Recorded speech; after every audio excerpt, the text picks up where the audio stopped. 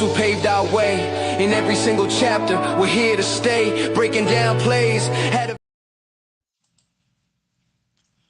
Hello and good afternoon, everybody, and welcome to the Chasing of the Highlights podcast, season 2 of the Chasing the Highlights podcast. Hey, my name's Lonnie Washington, and I've got my partner in crime here, Tony Robinson. He's in Texas, of course. I'm in hot Arizona. It's probably hot in Texas too. So we had a little bit of a break. We went off. We had a summer, and we kind of went off and did family things and things like that. But the sports world don't stop, right, Tony? And what we really wanted to do was take a break with the family and then get to this point in August, right? When training camps is here and everything like that. So Tony, first of all, how you been? Been great. Dealing with, swim meets, kids, vacations and stuff like that. It was fun end of the summer to get ready for this time we're at right now. New business ventures and different things like that. So a grass is always greener mentality when it comes to the quarterback position. So it's going to be a lot of eyeballs on anything we do with the quarterback position, because that's been our Achilles heel from getting over that hump to get better and stuff like that. And having a consistent playoff run every season. So because we don't have a solidified quarterback, we always struggle. So but the reason why this is going on is because you have a Watson making $40 million or whatever it is a year for this season or whatever, and you got the new regime coming in, the new coach, you got new quarterback, potential future starting quarterback in Shedeur, right? I'm going to delete all the stuff that I was talking about with Dylan Gabriel. We're not even talking about Dylan Gabriel. So he's still on the team, though. He's still on the team. Yeah, he's still on the team. But you said he was going to be cut by this. Well, still chances for a trade here. Okay. I digress. With this Watson Shedeur battle, I have Shedeur as a starter because up until a couple of days ago when he threw those 7 touchdown passes, but it was all red zone stuff, right? I mean, he did. That's still good. Seven touchdowns in the red zone. That's good because we want to score when we get to the red zone. So, but Shedeur is still leading in the quarterback battle, but they have them as 1A, 1B as of right now going into the preseason game against Chicago. So, but they're going to make a decision. They have to make a decision soon who's going to start it. But whoever starts doesn't really matter. They still have to go through those games to see who's going to beat each other out, because it's better when you go against other teams versus just going against each other, like the Browns that don't know how you play and stuff like that. So, and the quarterback knowing how the defense is. So, I feel like Shedeur will start opening day when the season starts. That's what I think, because in your heart, you want Shedeur to start, right? But as a 46-year veteran Browns fan, seeing all the different scenarios that we've come up with and all the beat writers saying about every quarterback that we got in since Bernie Kosar, I want to see Shedeur. For me, is the future, because Watson has been in the fold for years, right? And we talked about this yesterday. He's been there, but he hasn't done what I thought he was going to do when he came over, because I was backing him the whole time when they brought him over. But he proved me wrong. He keeps proving me out. He keeps proving me wrong. So moving forward, it's like, okay, I understand that he's making a lot of money, and the ownership feels like they have to like play him. Or I think it's also because he's been helping out the team with their bring more people in with financial, restructuring his contract and different stuff like that to make it, he's kind of like a part of the ownership, because he kept doing that over the years, stuff like that. So that's the only reason why I feel like they would start Watson, because he's been helping out the team with the contracts and, restructuring contracts and stuff like that to open up money for other players and stuff like that to make the team better. At that point, you're like almost like a partner for the Browns. Like he has ownership, by doing those kind of deals for me. Mm-hmm. Mentally, that's what I think about when it comes to that, because the ownership is like, I want him to start. It's constantly all about Watson, but I feel like they don't want somebody getting, making $40 million a year sitting on the bench.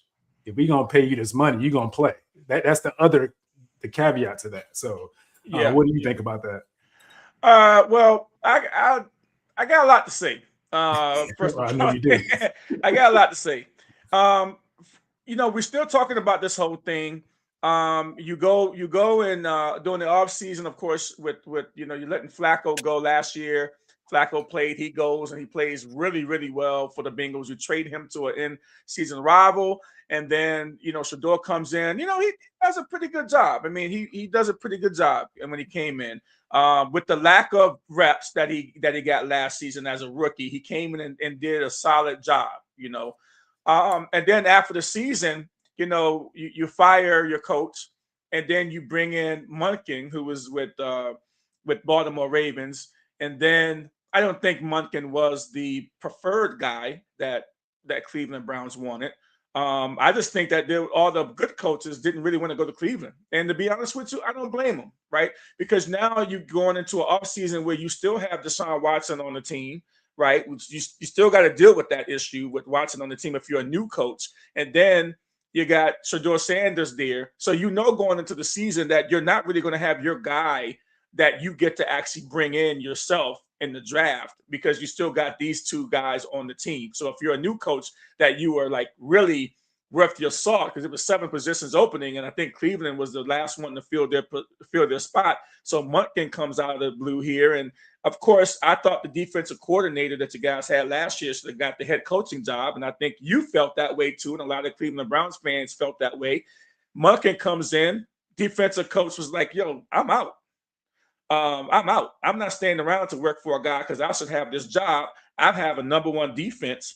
I have a top 2 or 3 defense that I've built over here. And now you guys are going to skirt me to bring in another offensive guy in, where we've been holding down the fort for a few years now over here in Cleveland." Right. So that's the first thing.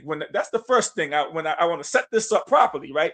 So so that's the first thing. Now we go into the offseason. Munkin's there, and then you go through the draft, which, by the way, I thought you guys had a great draft. I thought the Cleveland Browns, I thought, had one of the best drafts out of all the NFL teams. The last 2 years. Yeah, the last couple of years of what you did with picks and things of that nature. And then right before camp hits, you trade Myles Garrett for Jared Verse, and you turn the world upside down. All right. Then you get a number 1 pick. You get Verse, right? He's not a slouch. Okay. He's not a bum. He's a good player. But then, I mean, you trade your LeBron James out of Cleveland. And this guy, guess what? He's a first ballot Garrett's a first ballot Hall of Fame, 23 plus sacks last year, and he's been all word for you guys, and y'all ship him out. Now, I don't know, and I think he probably wanted out at this point, because now your guy is gone. His defensive coach that he wanted to be the head coach is gone. You bring in a whole nother regime, and then he's going to have to deal with this same drama. So he says, "I'm out." Good for him that he got traded to the Rams. Bad for the league that he got traded to the Rams. Okay. And now we come into this season, and then we hear Deion Sanders say, "I didn't get a chance to talk to the old regime about my son." And Munkin says, "Okay, we're going to invite you into camp." Okay. So now I think I said on the podcast last year that I don't think his daddy should be in camp and go see the coach and do this and that. Let him make his own way. Because to be honest with you, whether Deion came to camp or not, this is still going to be the quarterback battle. And Shador was handling himself without Deion coming to camp. And Munkin was like, "Sure, come in. Let's have a conversation." So that finally happened too. Let's just put that to rest. A couple of weeks ago, Deion came in. He was like a legend. But it's kind of weird. It'd be kind of weird for me if my dad was talking to the guys on the sideline and I'm trying to get a starting job with the head coach. It's kind of like literally. It's kind of like, the high school coach talking to your father about you. This is the NFL. So nobody else's father actually talked to Munkin but Deion. And I get it. I understand that. Now, let me put that on the shelf. I'm still setting this up. I'll let you respond, right? This is a conversation. And then we get into this quarterback battle. Okay. Now, I have already said to you at some point last year that the regime in Cleveland they spent $260 million guaranteed, one of the worst contracts, I believe, in NFL history on a guy that's only played 19 games. He's torn his Achilles twice, but now he's healthy again. And to your point with what you said about he's been actually helping the team, restructuring his contract so they can make better deals, sign other players, and doing all those different things. He's been a great teammate. He helped Shedeur Sanders last year, even though he didn't play. He was a good guy in the quarterback room. So now you got that thing there going. But the other thing is, so they've been kind of battling back and forth, and I'm kind of surprised that Shedeur has not won this job yet. Okay, I think he's the younger guy. He's probably a little bit better at this point in his career because Deshaun Watson, we haven't seen him in a long time, close to 2 seasons, right? So here it goes. All of a sudden, Monken gets into a press conference and says Shadeur's going to be out there taking reps with the ones. And then he goes out there, the press goes out there, and next thing you know, he's not. All of a sudden, Watson's taking 1 rep. So they say, oh, what's going on with this? This causes a whole stir. But then Monken gets into a press conference yesterday and says, this gets me. He says, well, something to the effect of, yeah, I told you guys he was going to start, but when I got out there, they told me, his staff told me that, well, we decided that, that we were going to let Watson take the number 1 reps. Well, he should have shut that down right away. It's like, I'm the head coach. Nothing moves without me. I just told the press that he was going to take number 1 reps, and I come out here and it's the other way around. Change this. Don't do nothing without me. But I think that there's some body up top pulling the puppet strings. Okay, maybe the owner, right, has them saying Watson deserves a shot. He's helped this team. He's been a model citizen on this team since he's got here.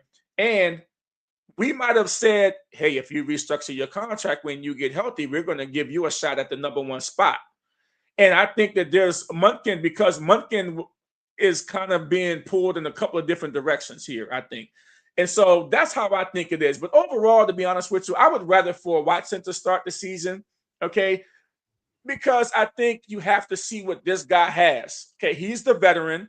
And if he's anywhere close to what he used to be, you've seen him every day in practice. You've seen him do all these different things. And if he can get you through for the first 4 or 5 games of the year and he looks really, really well, he can be used as trade bait at some point. Okay, maybe you can get a 4th or 5th round for him, right? Because right now you're not going to get anything for him. Okay, so I don't think he has a chance on being on this team, being Watson next season, unless for some reason he takes the Browns to a nice playoff run or something like that, which is possible. But I'm going to digress now. But that is kind of how I feel. But I think Shedeur Sanders, people want him to play. I want to see him play a 4 season so we know what we got in Shedeur Sanders, period. Well, the reason why, and this is coming from other Browns people that I follow and like all the stuff that I've been seeing, is like, okay, just like you said, Watson is not the future. He's probably not going to be here next year or whatever, right? So why would we keep giving him opportunity after opportunity when he showed us what he can do? I know it's a new quarterback, a new coaching scheme and everything, but when it comes down to it, I'd rather, with a new coach, new scheme, put your guy out there that you want for the future, or give him an opportunity to be the future. All this talk about he's not ready. There's so many quarterbacks that started, like Mahomes. He set out one year, he started the next year and went off. Like there's a track record of guys that sat and watched and waited, then started and then got an opportunity, then they take off. But the Browns have to get out of their own way. This is what we do every single time we get a good quarterback. It's always like this. I don't know what it is. It's like the beat writers in Cleveland. They find ways to mess it up. It's like they want somebody palatable to them on how they feel a quarterback should be. Because Deion Sanders' dad or whatever, because he showed up and all this stuff. It's like at the end of the day, it's like he's still going out there and earning it. But I feel like everybody's like, that's the beat writers and everything like that. The people that are against Shedeur and like don't like LeBron. I mean, I said LeBron. I'm thinking about LeBron now. don't like, because Deion Sanders is like a LeBron. It's equivalent when it comes to cornerbacks. But when people don't like him because of what he did back 20 plus years ago, it's like, come on, man, like, why are you always coming after this young man that's putting in the work, showing you that he can play? And yeah, of course he's gonna have hitches in his game because he's only his second year. First year he didn't get a lot of playing, like a lot of reps. with the ones and stuff like that. He was throwing passes to the ball boys and like the equipment guys and stuff like that. Like, what's going on here? Like when you follow the whole story, it's like, okay, this is his first year. Let's see what he got. It's just unfortunate that Watson has to be in this scenario with Shador because everybody is pulling for Shador. But Watson, you know, because we're still living in what he used to be, I feel like that's why he keeps coming into the fold. And it's understandable because I want the best for Watson, no matter like what he went through and stuff like that. I feel like he can, you know, it's a good redemption story. Like, you know, everybody likes a good redemption story. So it's like when it comes who starts out of all the information that you've gotten so far, who do you believe starts day one and why? Who do you think is going to start? I already said Shador because Shador, like from now on, it's like we have to move forward. Like, is that what you want, or is that what you believe they're going to do? What I want as a 46-year veteran Browns fan, we need to move forward because, you know, it's just like this. It's always the elephant in the room with Watson.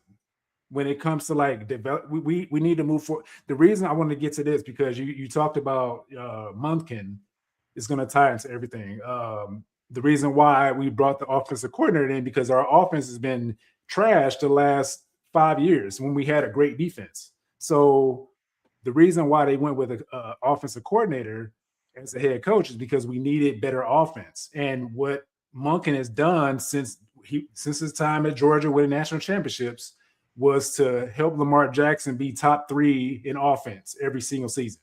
So that's the reason why we went offense. But yeah, I'm confident in what Monken's doing until he proves me wrong. Like we have to, and I feel like he's a good coach that we need for our quarterbacks to develop them and stuff like that. Get them in a scheme that they can actually work to better themselves and make the team better. We never had somebody that can potentially develop quarterbacks. And is Monken that person? I hope so. You know, we don't know yet. For people to say we don't know if he's ready, like you never know. Like he got this is his first head coaching opportunity, I believe. You know, I feel like he's the guy. That's what I feel. I think personally that this was never really the Cleveland Browns' guy. I think that the ownership just had to grab somebody because all the guys were gone. They had to have somebody lead the team. Monken was that. But they could have went with the defensive guy. They could have just stuck with the defensive guy. Matter of fact, I think that was their mistake. That was their mistake by not going with the guy that was already there, that had a top 5 defense already. Because defense wins a lot of games for you, okay? And I understand the offense. They kept the Browns in a lot of games last year. The Browns was going toe-to-toe with a lot of teams last year because that defense was good, right? But they already had an offensive coach.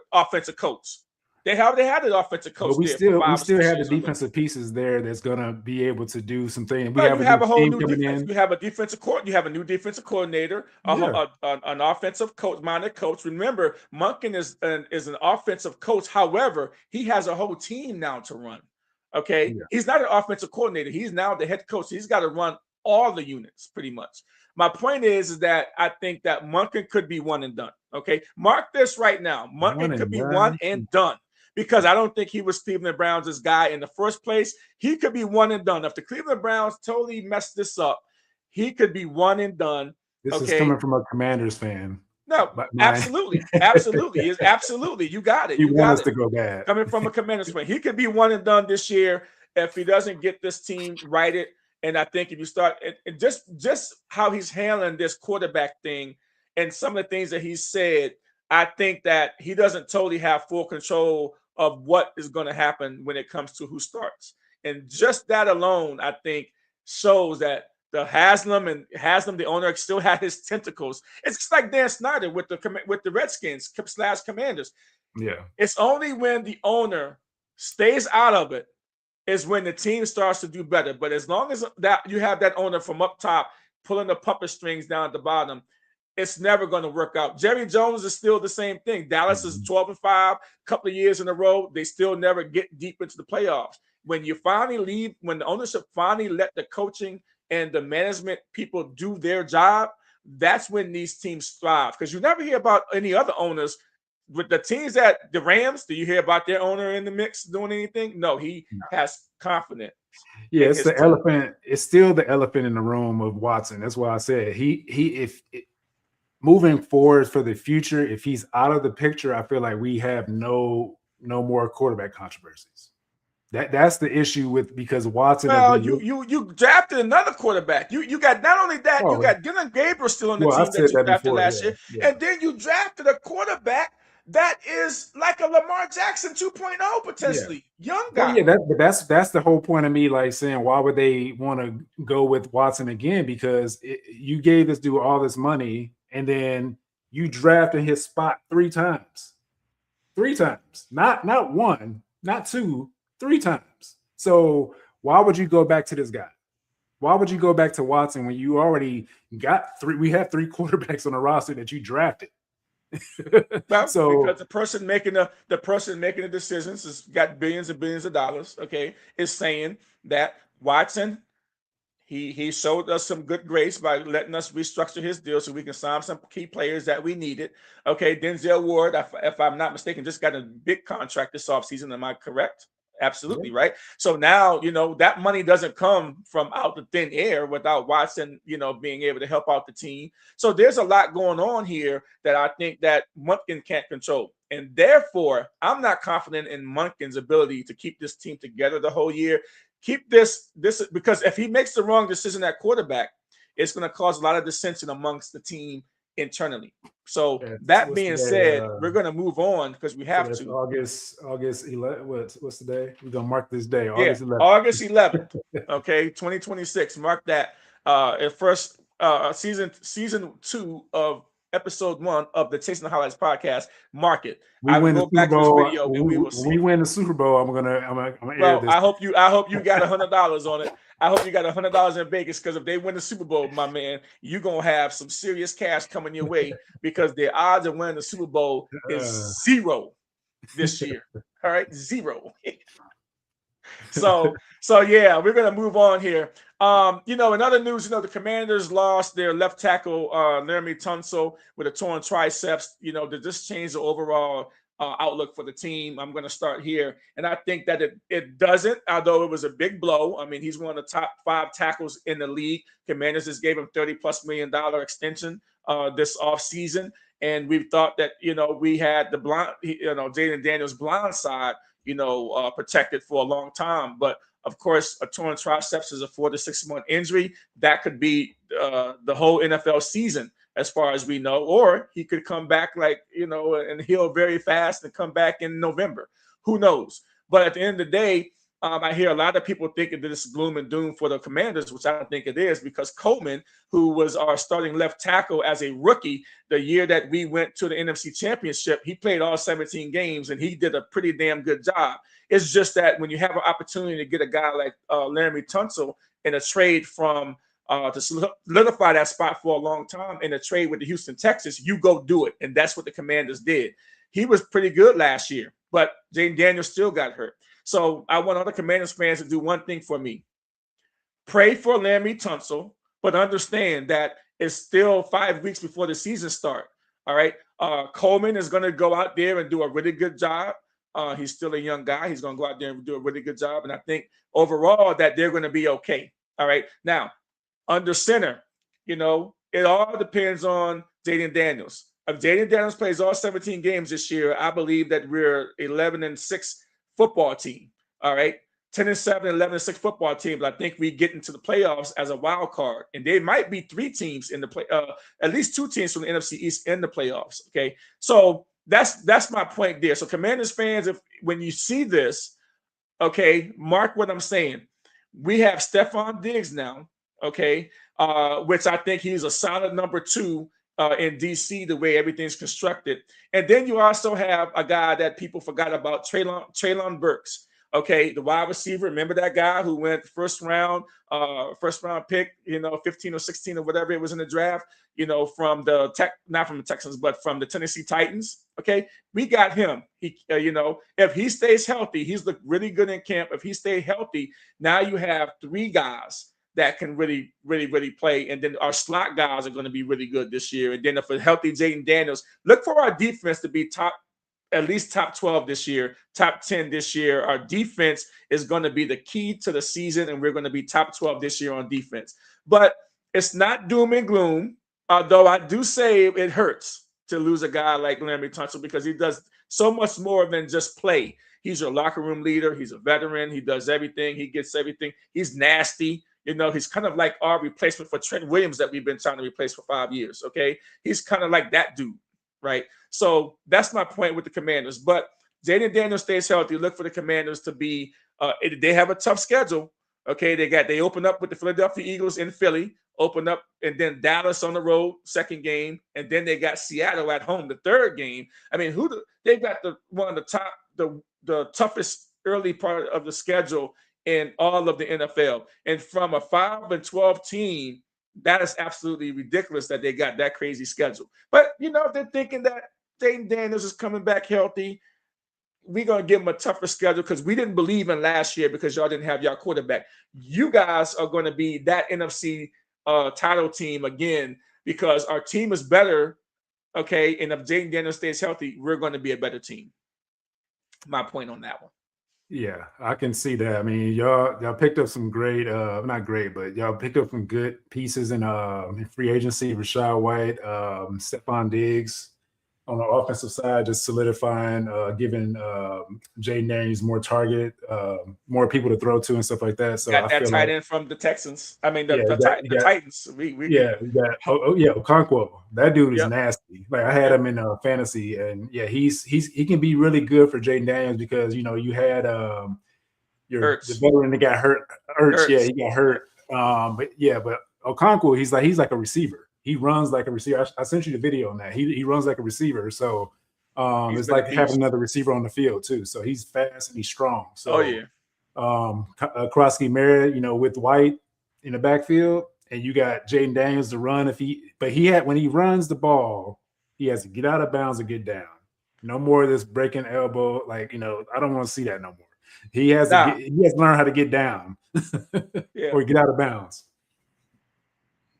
Yeah. I mean, I just think that it's going to be a crazy year in the NFC East. It's going to be a lot of drama because you got Harbaugh now. He's with the Giants. Okay. He's going to create some kind of smash mouth football. You're not going to be able to go in the Meadowlands and beat them up like you used to because Harbaugh is going to have a certain type of way that he likes to play. And I think that the NFC East is just going to be just a better league, better overall this year. But it all depends on the health of the quarterback. All right. That's all. And with A.J. Brown gone, I'm glad to see him gone to the Patriots. We don't have to deal with him this year. And then you've got some injuries for the Eagles on the other side there already starting to get some hamstrings, some growing injuries. Lemon is hurt. Smith is dealing with the hammy. Yeah, that's why I didn't want Lemon or Tyson because they were injured in the season. So injured already. Smaller guys. So you know what? We're gonna have our hands full in the NFC East, but I think that Laremy Tunsil out is a big deal. But let's get over it. Okay, let's get over it. We're moving on. Next man up. Next man up. Let's just do it. So I think I touched on this a little bit. Myles Garrett traded to the Rams this offseason. The Rams are early favorites to go to the Super Bowl for the NFC, which is rightfully so, right? Yeah. Why did Cleveland do this? Why did Cleveland trade this guy here of all people? Well, I mean, there's multiple speculation or whatever, but I feel like there's multiple things where he's going to be 30, or if he's 30, I think he's 30 right now, and they're just trying to probably just gift him under that money that they pay or have to pay him or whatever. To make more room for other defensive players on the defensive side, because once he left there, it opened up a bunch of money to give to the guys that are up and coming, safeties and linebackers that we were filling in holes that we had before. So we were able to keep all of our guys together. And that's the big piece that a lot of people don't realize is when you get rid of you're getting rid of the LeBron James of the defensive for the Cleveland Browns, but you're also getting a verse that's like a young Myles Garrett So we kind of didn't lose.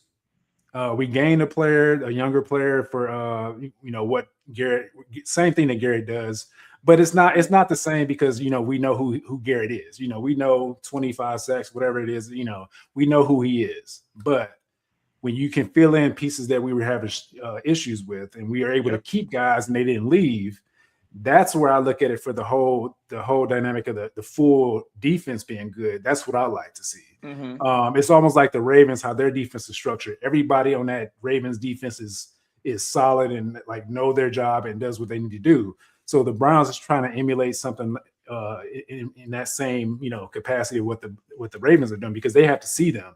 So and I mean, we were able to sign our cornerback. Not a cornerback is the lead guy on the defense with Verse, I guess you want to say. And I feel like we still gonna be top 5 because we had a new scheme coming out, 3 high safety, and you can't see where the rush is coming from. You'll see. Yeah, You may not agree I with don't it, think but we're going to be top 5. You got a lot of changes. You got a different coach. You got chemistry is a big deal. The coach, I mean, this coach, yeah, your coach last year on defense had y'all dialed in. Yeah, y'all were dialed in. Y'all were you turn that we can damn be dialed dial in because this year that thing too. was up to 100. He had y'all on all cylinders. They could talk about the Cleveland Browns, but nobody wanted to play that defense last year. Well, it's because when you have Garrett sitting there like that was the engine. Yeah, that was the person, but that's one player. If you have every position dialed in with the new team and stuff like that, it's lights out. Like one player was the main engine because he was getting in, putting pressure on the quarterback every single time, almost every single time, like 90% of the time. So that's where it started with Garrett. But when you have everybody doing the same thing, the whole defense, just like a Baltimore Raven defense, it's a totally different beast. Yeah, So I mean, but you guys now. I mean, now Aaron Donald is possibly coming out of retirement to yeah, go over there to join this Rams team and Miles yeah. Garrett. Okay, they've always wanted to really play with each other. Now they get their wish. This team here, the Rams, are going to be very, very good. I mean, they've got the reigning MVP of the league, Matthew Stafford, over there.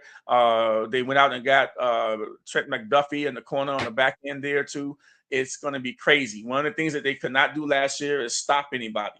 Okay, they could score a lot of points, but Seattle, they giving up a lot of points to Seattle Seahawks. They had a problem on defense, and now they went out there and they got one of the best corners in the league. They got the best pass rush in the league. And now, if Aaron Donald comes out of retirement, which I believe he will, okay, I'm about 90% sure on that. He comes out of retirement and anchors that middle of that defense. You got pressure up the middle, and then you've got Myles Garrett coming off the end. And then you've got McDuffie back there as a corner, who's a lockdown corner of anybody's number one.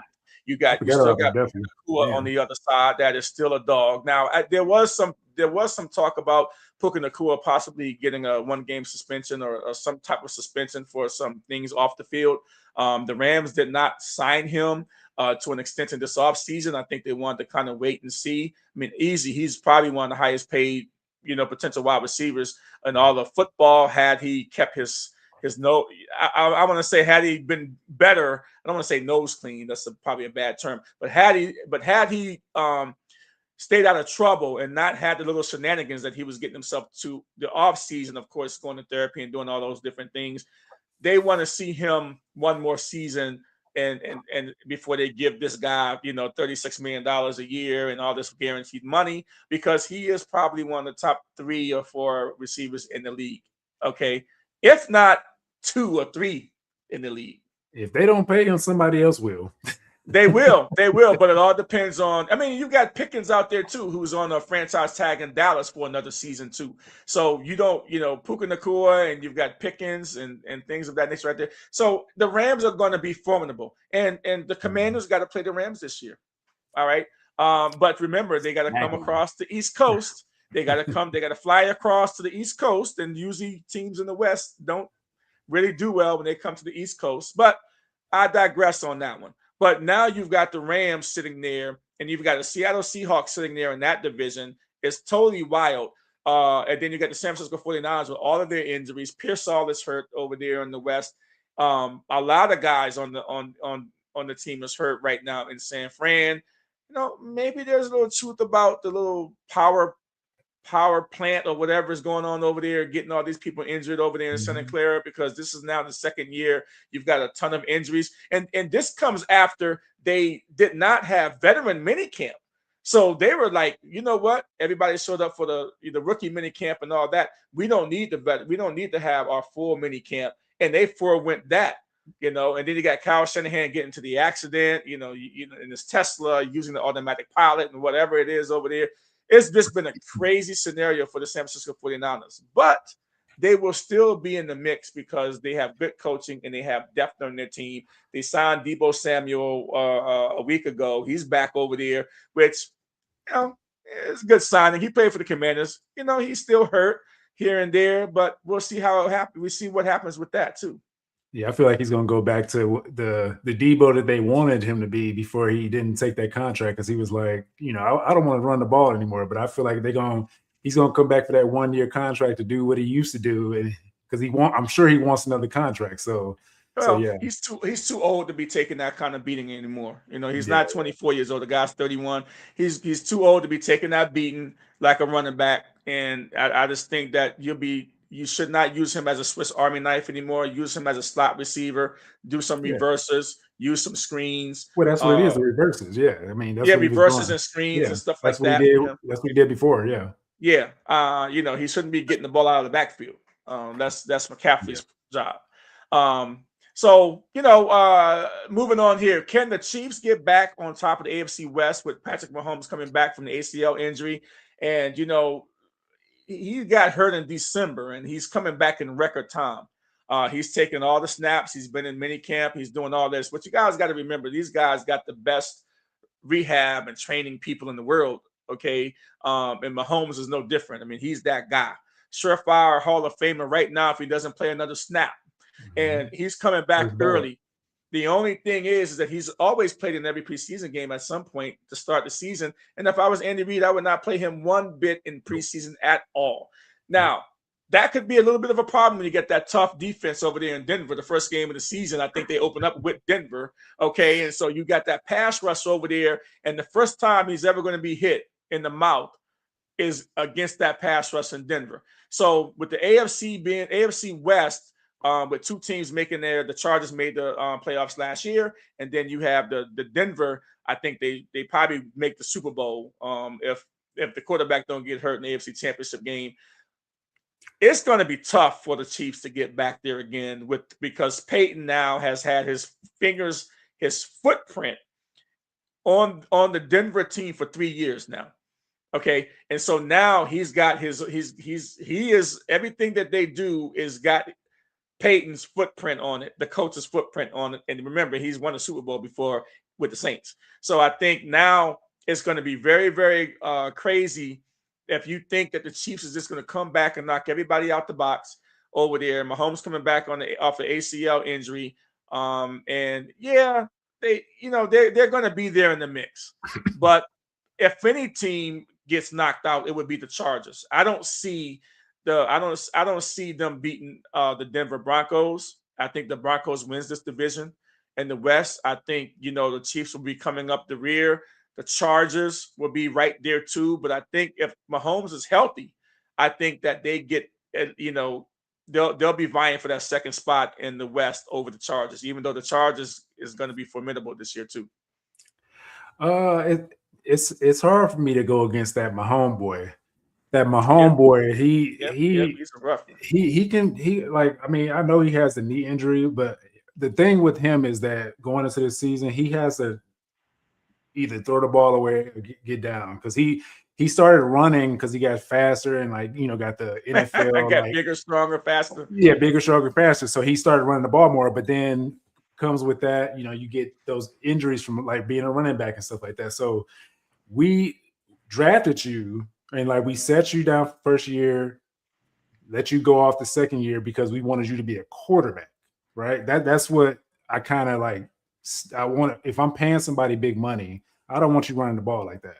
Even though that's a part of his game now a little bit, but a lot of these quarterbacks getting hurt because of that. Yep. Just like old boy in Denver, Denver should have made it to they should have went further than that. I feel like they should have. But I think that Pat Mahomes, I think if he can get back to how we know he can be throwing the ball and stuff like that. Now he has his guys back. He has Rice back. You Yep, know, he has Kenneth Walker in the backfield, Super Bowl that's MVP. going to help. So having a true running game was the issue that they had, because when they won those Super Bowls, they had a true running game where Yep. it wasn't like just constantly passing and stuff like that, and like the defense knowing what you're going to do, they just go back into a zone or whatever, right? So Mhm. I feel like with Rashee Rice back, be on the lookout for the Chiefs, because I feel like they can potentially knock out Denver. Maybe not the first game, but when it comes to the playoffs, if they match up, I feel like the Chiefs can be coming back. I don't want to say Kelsey, because he came into to training camp overweight, so I don't know. I don't know if he's gonna lose all that wedding weight. So but still with Kelsey, like once he gets, I'm sure he's burning fat right now. Fast, whatever he needs to do to lose that weight. We know who Can he be Kelsey is. focused though? That's the question. Can he be Well, focused on what he we got to do? know with Mahomes, we know who Kelsey is. Kelsey is a dog too.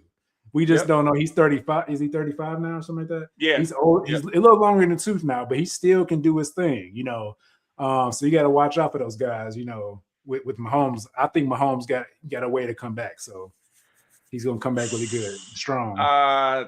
So okay. So you think they're going to be back on top again? They're not gonna beat they're not gonna beat the Cleveland Browns, though. You know what I'm Oh saying? yeah, man. I gotta put that out there. I gotta So stick with the team. Bo Nix, I think, third year in the system. You saw Drew Brees go into the Hall of Fame, and Peyton was his coach. And Yep. I think Bo Nix is the new Drew Brees, right? You better be. I mean, and that's saying a lot. I don't make that statement, like I did, but he looks like Drew Brees out there when he's playing for the Broncos under Peyton's tutelage. Well, he let me down because I had him in fantasy last year. Like we talked about this last year when he couldn't beat the Jets. They lost to the Jets by, it was like 13, 11, whatever the score was. That was bad. He needs to, if he can take that next step, I feel like this is the year that he's going to take that next step, because he has the running capability, but with that injury, you got to, get down, throw the ball away, whatever. But I feel like this is his year to take off. Yeah. That's what I think. All right. Yeah. So we'll see what happens there. So the AFC North got 3 new coaches except for the Bengals. Who wins this division? Baltimore got Jesse Minter over there, the former LA Chargers defensive coordinator. He replaces Harbaugh. The Cleveland Browns got Todd Monken, the former offensive coordinator from, they played kind of, musical chairs with that one there. But Mike McCarthy comes back after sitting out for a year, and taking the Dallas Cowboys the back-to-back 12-5 seasons. Dallas fired him. He sits out a year, and Mike Tomlin kind of like says, "Hey, see you later." He goes and works for NBC, and then now you got, Mike McCarthy in Pittsburgh. He calls up Aaron Rodgers and says, "Hey, Aaron, you want to run it back? You want to rekindle the stuff we had going on 10 years ago, and in Green Bay?" And Aaron Rodgers is like, "Yeah, think about it a little bit." Talk to his wife a little bit. Aaron Rodgers kind of rekindles, things with his family, reconnects with his mother and father and people in his family that he's kind of been, at odds with for the last 10 years or whatever. And now Aaron Rodgers comes back, at 42, 43 years old, and he rekindles with Mike McCarthy in that division. And so now you say to yourself, well, let's look around. Everybody's got new coaches, but the Cincinnati Bengals don't have new coaches. All right. Cincinnati Bengals got Dexter Lawrence in the trade from the New York Giants. He's going to anchor that defense. They're going to be better overall, if Joe Burrow stays healthy. So my point is that I think the Bengals might win this division. And if Joe Burrow, with quotation marks again, if Joe Burrow stays healthy, that's what'll happen. Do you have an objection to that? Because I know you want the Cleveland Browns to do something, but I'm not quite sure they're ready for that on the Todd Monken yet to win the division. I'm going to be very what is it called? I'm gonna be very like neutral here because I am a Really? Cleveland Browns fan, but I'm Really? gonna be very neutral and be realistic. I still see from looking at every team because we see them twice a year, each team. So going off of what I see as of right now, the Ravens are at the top, right? Even though they had a coaching change, they still have Lamar Jackson. They have the defense. They have whatever they have, right?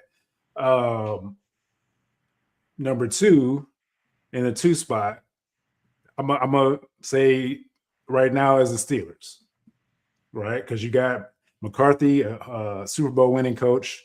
Defense is still good. Defense still good. You got new players coming in like Rico Dowdle, running back. They're about to get Rico Dowdle for running back help. They already have Jalen Warren already. They got Michael Pittman over from Indianapolis Colts. So they got some more receiver help to help with DK Metcalf. I forgot about that one. That's a good one. I forgot about that one. So when I look at that worries me with a healthy Aaron Rodgers that can still sling that ball better than He didn't play bad last year. He didn't play bad last year at all. I feel like he was slinging the ball better than Tom Brady did in his career. I feel like that's what Aaron Rodgers is doing right now. He still has more snap than right now. But so that's my second place, and it's gonna come down to us in Cincinnati for that third spot. But I still feel like we're over Cincinnati because of their defense. We don't know how their defense is going to be. Yeah, they brought in Dexter Lawrence. They brought in a solidified anchor in the middle to stop the run. But their passing game is their passing defense is bad. I don't know if you think the Browns gonna be third? Hold on, let me finish. But the offensive line is going to be the issue. So if they can't keep Joe Burrow upright, it's going to be over. The same with us. We got to keep whatever quarterback is going to start. That's why it's hard to tell because we don't know what quarterback is starting for the Browns. So everybody, and we don't know what we have with Shedeur yet when it comes to this year. But it's between. I feel like we're gonna be the leaders of the division. That's just my optimism in me. But that's the fan in you. Yeah, it's the fan in me. So realistically, I have Baltimore. That's not podcast Tony. That's fan Tony. That's fan Tony. But realistic Tony, like right now where we are is Baltimore, Steelers, and between. It's a wash at the third and fourth spot. Wow, so, that's a heavy take right there. If you think that, but if Joe Burrow is healthy, watch out for that guy because he's a guy that he's Joe Cool for a reason. That guy is nasty. You got him in fourth place right now. They can't keep him up. They can't keep him healthy in the season. And the defense is always struggling. So hopefully, Joe Flacco. They just called Joe Flacco out of retirement, and he comes in and slings for 400 yards. Yeah. And with those receivers, they can plug and play pretty much almost anybody. But over time, after that game he had, how Joe Flacco did that game, he kind of got knocked out because the offensive line was trash. So they end up getting to him too. So I get it. Okay, so we had breaking news earlier today. Kyler Murray in Minnesota was just named the starter. Can he win a division? And it probably should be a question mark behind that. But, I've seen Kyler Murray for many years when he was here in Arizona down at the stadium down there. And Kyler Murray has always actually been a really good player. It's just the team that they've had around him really wasn't that good.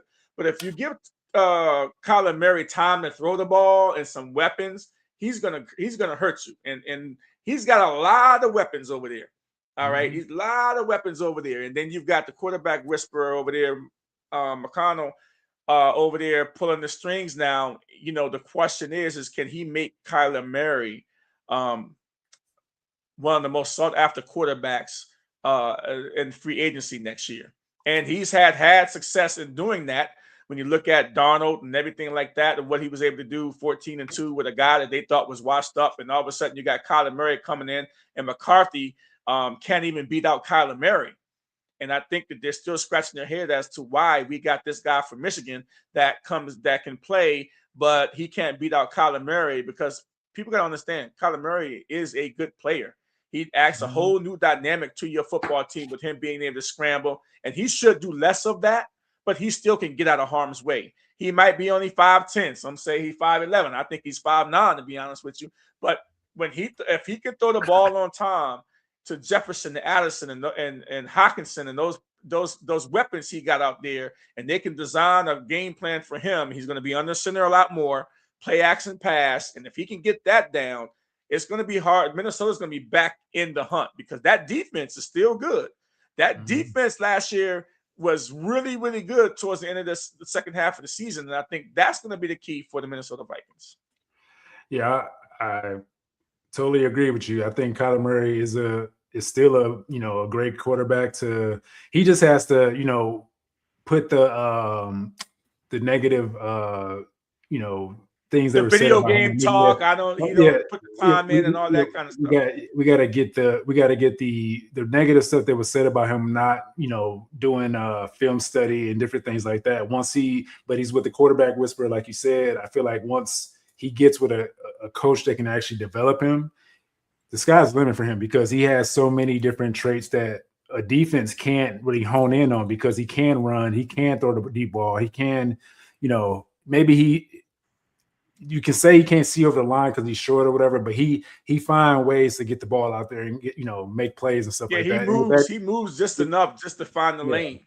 Yeah, with that defense is still like that coach. What's his name?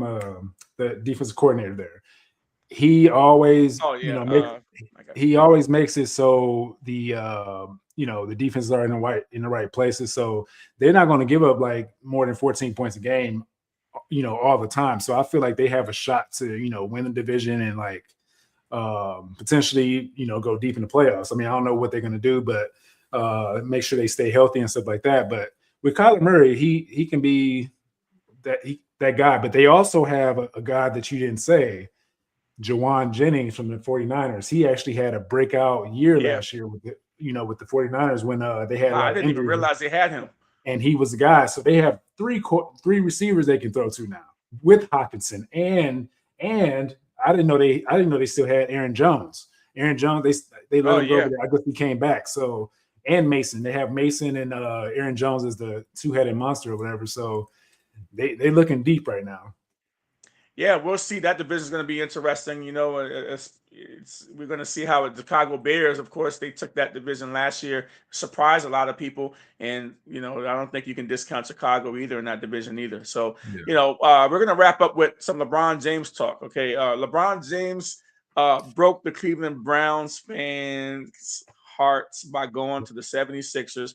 And last time that we talked, I think on the podcast, we were talking about, where does he go and things of that nature. And he actually decided that he wanted to go to the 76ers, and he did. And I am glad that he did go to the 76ers because when you start thinking about him going back to Cleveland again, and he didn't have anything else to prove to Cleveland. He already won you a championship. He wanted to move on. But like I said, the biggest thing that I think why he went to the 76ers is his career after basketball. Okay. Ownership and everything is probably going to offer him something to do after his career with the best. That ownership group, they own the Commanders, they own the 76ers, they also own the New Jersey Devils. And so I think he saw, and especially Magic Johnson is a part of the Commanders ownership group too. So you got a basketball player in Magic Johnson who owns a part of the team. And then of course Magic Johnson owns the Dodgers. So I think LeBron James want to have some piece of something in ownership after his career is over. And I think the best chance to do that is going to the 76ers and being a part of that ownership group after he retires. But this team is going to be crazy. I think the Christmas schedule came out. I think they opened the game in at the Knicks. I think they play the Garden. Opening night is going to be 76ers at the Madison Square Garden with the Knicks with the rings and everything that the 76ers is going to, the Knicks are going to have. It's ring night. So LeBron James is going to be sitting out there looking at all that going on. And hopefully that fuels the 76ers to want to be there this year. I think that is a lot. There's a big piece that a lot of people aren't realizing that's happening. That happened here too. It does have something to do with what you talking about.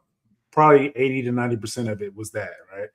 But then you look at this guy that they brought in, Mike Gansey, the new GM, whatever. Mm-hmm. He was, I think he was runner up to the LeBron and Mr. Basketball in Ohio. I don't know if you knew that. No, I didn't. I But didn't know that yeah, at all. so they have that connection. So LeBron James beat him out because he's LeBron James. So LeBron James. Yeah. But I feel like like I was for a split second because it almost felt like the Miami decision. I was mad for like maybe 3 minutes. I got it out and I was like, I understand the business because I try to go pro and stuff like that and whatever. But when it comes to like players being free agents, you always want your favorite players to come to your team, and stuff like that. But wherever LeBron went, I followed him. I mean, if he went to the Lakers, I was a kind of a pseudo Laker fan and stuff like that. So wherever he goes, I'm gonna be a fan. But I was kind of pissed, like briefly, because I thought he was coming to the Cleveland Cavaliers, but there's some different thlot is the reason why he didn't come, and maybe it was because of Harden, maybe because of the trade of Darius Garland and whatever. So it's a lot of speculation out there, but I'm happy that he's with the Sixers because at this point, like I said on the last podcast from last year when that happened, when we were talking about it, I feel like at this point of his career, if you're not trying to win, if you're not looking to win, it's like, what's the point? Like playing this long, like it's like you're not going to go to a team that's not going to help you win or contend to win. So when people say he's ring chasing and stuff like that, he has to, if he's going to play, it's all about winning at this point. Like, why would you play 20 something years and not try to win? Like, so, and I'm not the only one saying this. A lot of ex-NBA players saying that, like people that are saying he's ring chasing. It's like, what's the point in playing that? You're trying to win. You're not playing. He's not going to go to like what's the worst team right now? Like he's not going to go to the worst team and just play, whatever. You can't say the Wizards. You can't say the Wizards. Well, we can't say Wizards anymore. Because I know you wanted to say the Wizards, but you thought about it for a quick second. It's like, they're not going to be that bad this year. So I know. I was thinking about it, but I was like, I can't say that. I know you couldn't say that. Now you was like, why would you go to Wizards? He probably. I put it out there that he should have went to the Wizards because Anthony Davis and that team over there, that instantly puts them in the playoffs if he goes to the Wizards. Even LeBron James at 41, 42. Yeah, I mean, but like we talked about and you said too, I feel like he doesn't want to have to do too much work. Right. And with the 76ers, he wouldn't have to do a lot. He played 20, 25 minutes a game, if that, if he needs to, whatever. But when it comes to the playoffs, what he's going to do what he do, right? But during the season, 40 to 50 games and just play 25 minutes to 30 minutes cap.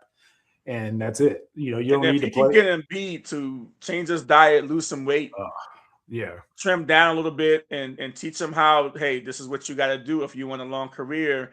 And he can cut down on some of them injuries. If LeBron James can have that influence on Embiid, because we know Jaylen Brown, you ain't got to motivate that guy. Yeah. That guy's got to axe the grind. When you got your team, the Celtics throwing him to a rival across town to Philly, just throw him out like yesterday's trash. Yeah, he's got to axe the grind, and then you team him up with LeBron James and that group. Well, just look what Tim Duncan did. Tim Duncan was a little heavier, and then he lost a lot of weight and then extended his career. So if you can do if Embiid can do the same thing, then it could be like he can have at least 10 years.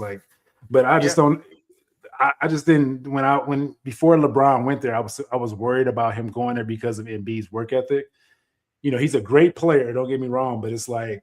It just doesn't seem like he has the work ethic to take care of his body as a professional. Mm-hmm. I don't know if that if that makes sense because it just doesn't.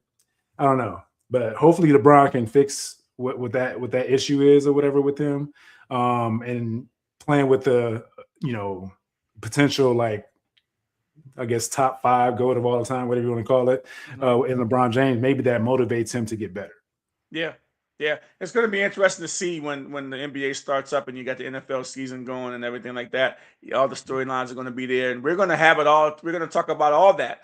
And because we ended the season with basketball, but we're going to probably have to ramp up a little basketball stuff. Doing the NFL with all the storylines going on in the NBA. So hey, we're in it. Season 2 of the Tasting the Highlight podcast. This is going to conclude our podcast today. I'm Lonnie Washington, Tony Robinson there.